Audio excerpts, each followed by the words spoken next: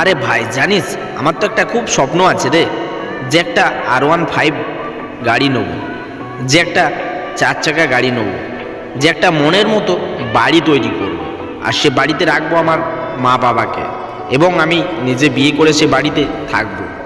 4 চাকা গাড়ি নিয়ে ঘুরে বেড়াবো, মাঝে মধ্যে R15টা নিয়ে স্টাইল মারবো। কিন্তু কি করে স্বপ্নটা সত্যি করি বলতো?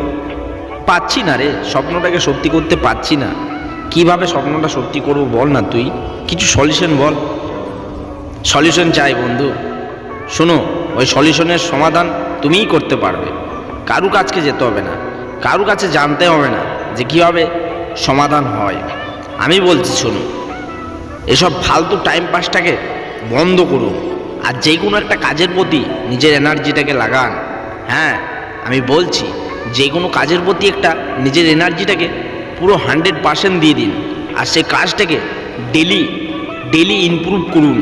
পরের পর দিন সেই কাজটাকে উন্নত মানের করতে থাকুন। হ্যাঁ বন্ধু, আমি বলছি সেই কাজটা এমনভাবে করুন যাতে আপনার থেকে কেউ ভালোভাবে না করতে পারে, আর সে কাজটা কন্টিনিউ করতে থাকুন যতদিন না আপনি সাকসেস হয়ে যাচ্ছেন।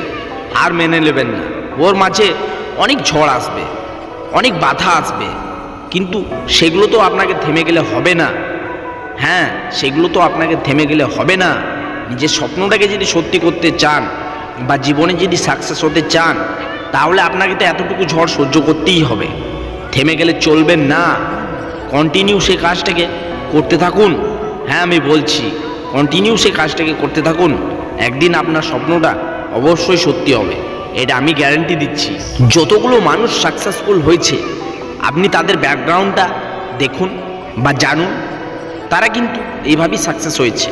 তারা একটা কাজকে এত বেটারভাবে করেছে যে সব কিছু তারা ভুলে গেছে, শুধু কাজটাকে মনে রেখেছে, আর সে কাজটাকে বেটারভাবে করতে চলেছে। তাই তারা আজকে সাকসেসফুল হয়েছে। এটাই হচ্ছে বাস্তব কথা।